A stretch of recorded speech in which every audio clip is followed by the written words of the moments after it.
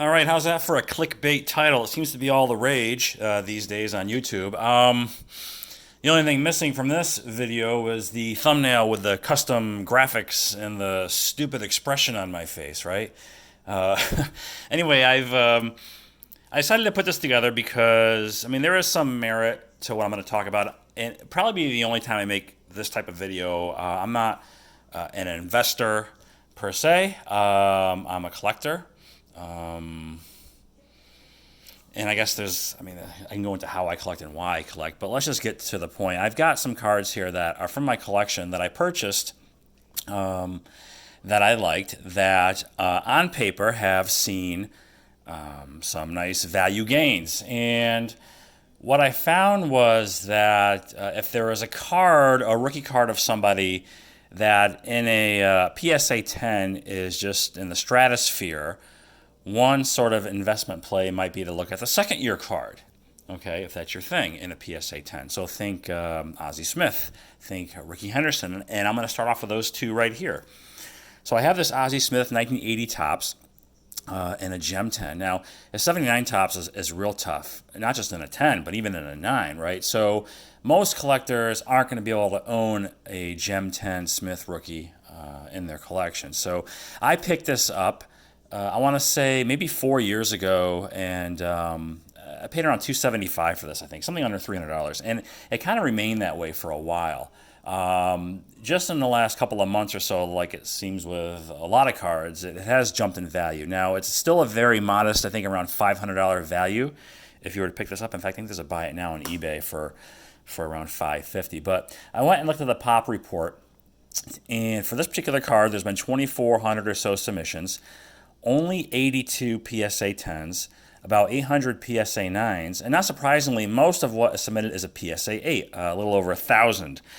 And this Topps cardboard is real tough to get in high grade. The earlier cardboard, I believe they used this stock up until around 1990 before they switched to a higher cardstock. So getting 9s and 10s for some of these 70s and even these 80s cards are difficult.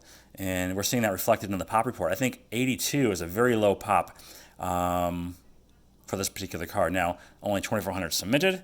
That's not a whole lot in the grand scheme of things. But, second year Ozzie, guy's already been in the Hall of Fame, a legendary ball player. And so I think a very modest and sound investment. And so after I finish this, I'll go through my on-paper returns to kind of show you how I did here performance-wise. Now, up next, another big one, and I've talked about this on more than one occasion, and I believe in my last video I mentioned this, but the 81 Topps Henderson. Now, his PSA 10 1980 Topps is, again, another one of those cards that most collectors aren't going to be able to own.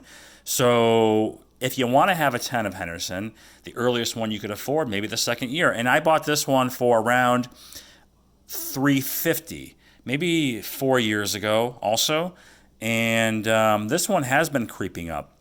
And recently it's been selling for a little over $1,000. Now, I believe those auctions were PWCC auctions, which gets lots of watchers, and maybe they're kind of outliers when it comes to selling prices. But anyway, I do think this is a solid purchase. And if I go to the pop report for the Henderson, it's very similar to the Ozzie. In fact, it's damn near identical. They got around 2,400 of these submitted. 85 of them are 10s. 685, 700 of 9s, and a little over 1,000 in a PSA 8. Now, I pulled this card from one of my collectible card club breaks maybe a year ago, and the card looked perfect to me. I sent it to PSA and it only got a 9. So again, another one of those tough 10s, and so just a very slow, conservative, I guess, investment could be had here with some of these early Topps cards, second year 10s. Now this one, not quite as drastic of, I would say, a delta, but I bought this because I like this card. I think it's a great card of Cal Ripken, the 83 Topps. Picked this up in a 10. It might have been like $80. But then now, when I went back to look, this one now sells for around $200 today on eBay.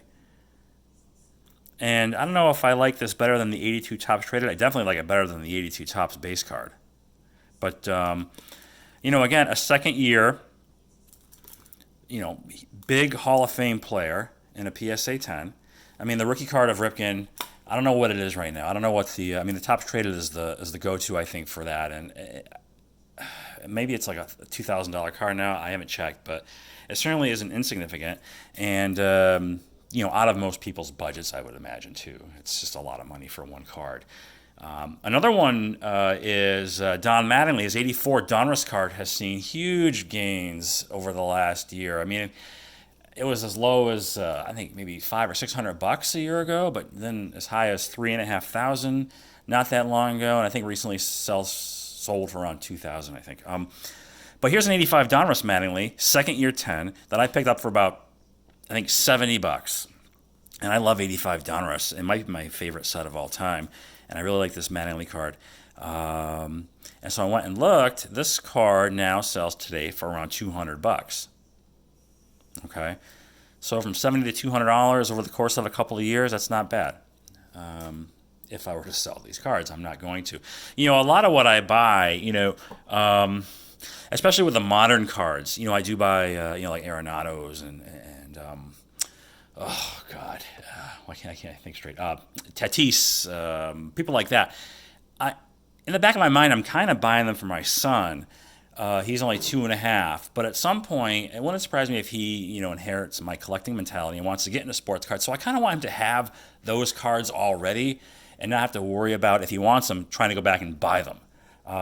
Because the modern cards are just, crazy money. And that's part of my process when buying cards.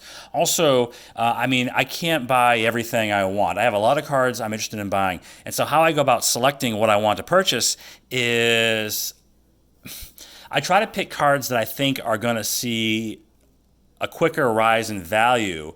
And the idea is I want to get them now because I may not want to pay that higher price later on. And that's already happened because you just can't keep up. For example, I think it was maybe January, maybe December, I was interested in the LeBron James Upper Deck Star Rookie from 2003.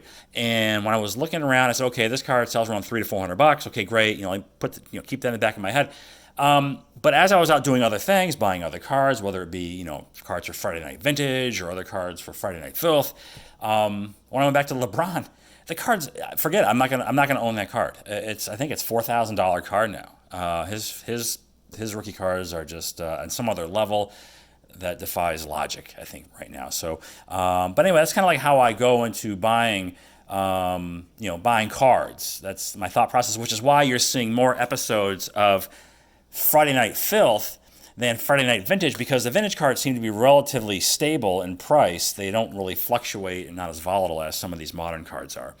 Here's the 1990 Ken Griffey Jr. Upper Deck, if you can believe it. Probably a bazillion copies of this card. Now, his rookie card recently got as high as, I think, $2,000. It might have settled around $1,500. But you look at the second year, for which there may be even more of these copies available. This one now sells for a modest $125. I paid $20 for this card. All right, so, it's pretty crazy that any 1990 Donruss card could be in excess of $100 in a 10 grade. Now, I do have a couple of basketball and I have one football. Now, this is a card I bought by mistake. I thought this was his rookie card, and then not long after I made the video, it was pointed out. And yeah, they're right. I just made a mistake. I bought this Pat Mahomes 18 Donruss Optic Hollow. And no, his rookie card is the year before. It's a rated rookie. But I just like this one better. I definitely like the way this one looks.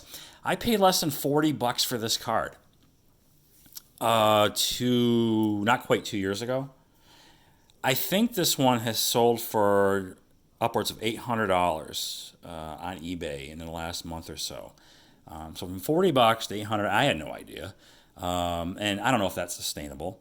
I mean, this guy's only been around for a couple of years. What if he breaks his leg, or you never know. I mean, they just don't have the track record yet, but it looks good for this guy's career, assuming he stays healthy, and you can say that about any of these players today. But a fantastic looking second year card of Pat Mahomes, and this is the hollow version, which is why it has a little bit more significance and a little bit more gravitas than the base card. And then these last two were purchased not as none of these cards were purchased as an investment, but these two in particular I bought because I am working on the run of their cards in a Topps Chrome, just the base Topps Chrome, not the refractor, in PSA 10. So I have the Kobe from '97 Topps Chrome that I paid about $1.20 for. No, about a buck. I think about $100 for this card. And then today, this one will sell for around $350, which I think is not unreasonable for a second-year PSA 10 of Kobe Bryant. He had quite a run-up, a few months ago for morbid reasons, I would say. But things have settled down a little bit with his cards. But I love Kobe Bryant, and I think that's still a good buy today. Some of these are still good buys, some not so much. Like this one, I don't know. This is LeBron James, 2004. Now I'm also working on his run, and in fact, I just need. No, actually, I have his run complete from '03 to '09. And the '03 and the '09 are PSA 9s, and they bookend all 10s in between. So here's the '04, and I don't like the design of this card at all. But I paid $125 for this LeBron, and I happened to look in the last day or so, and this one sells for around $1,800. I don't know. I just don't know if that's a good buy even right now, considering his rookie card, '03, I think it's like $15,000 card. But just saying, it's crazy. Some of these second-year cards have just really skyrocketed. And now, I'll let you in on a little bit here. What I'm looking at, if you want some recommendations from me, not that I'm any kind of influencer, but I think what are good pickups along these lines. The 2001, this one is a little disappointing. The 2001 Bowman Chrome Miguel Cabrera. Unfortunately, it features Danny Bautista on the card. It's kind of it's disappointing, just like the 1985 Topps traded Carlos Beltran card is disappointing because it features Juan LeBron. But that would be considered his first Bowman Chrome. It's a second-year card because his first year is 2000 Topps Chrome. I like the Bowman Chrome Miguel Cabrera, depending on what day of the week it is. I don't know if I'll be able to get over the fact that it's not him on the card, but there's a PSA 10 on eBay right now. I think through if you go to COMC and buy directly, you're going to save money. I believe it's like $110 for that card in a 10. So that's one card I kind of like. Cabrera is approaching the end of his career. People are going to start thinking about what this guy has done in the Triple Crown and the stats and just the Hall of Fame credentials he has, definitely. So his cards are going to go up for sure. And then a couple others I like a lot are from 2002. I really like the 2002 Topps Ichiro in a 10, which sells for under $100 in a 10 if you could find it. The 2001, I believe it's well over $1,000 now, just the regular base Ichiro card. And then 2002 Topps Pujols. Those two guys together. Also, I think is a good buy for a second-year 10. I'm not sure what his '01 is selling for in a 10. It's probably similar, maybe even more than the Ichiro. But anyway, that's my little investment video. So if we're to look at my initial investment here, I added up all the prices I paid. It totals about $1,000. And as of August 2nd, the secondary market value is around $5,000 for all these cards here that I've shown. So, again, it doesn't really matter much to me because I have no plans to liquidate. And, as an aside, I think as high as prices are right now, they can go even higher for reasons related to the fact that we keep printing money in this economy and potentially devaluing the dollar. And when you devalue the dollar, prices of commodities go up. Things like gold, silver, things like, and I would say graded baseball cards might fall into that commodity sort of classification. So that's also something that's going on that I'm kind of paying attention to, and we'll see how that all shakes out. But anyway, there's a first and last time for everything, guys and girls. I made an investment type video, and take it for what it's worth. I have more things in mind coming up. Back to basics. I'm actually going to show some comic books. I believe a Friday night comics episode I'm going to put together. And yeah, so I guess we'll just leave it at that, and I'll talk at you all later. Thanks for watching.